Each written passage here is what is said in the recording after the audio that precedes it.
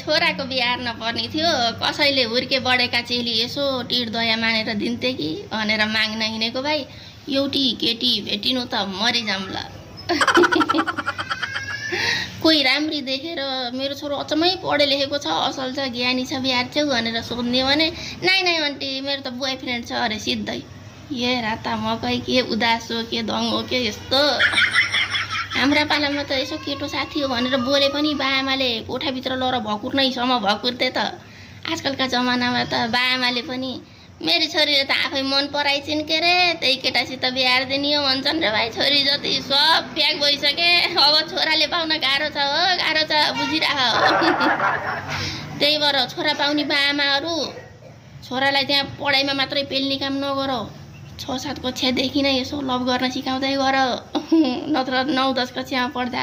सबै केटी प्याक भइसक्छन् अनि बुहारी प्याउन त त्यस्तै हो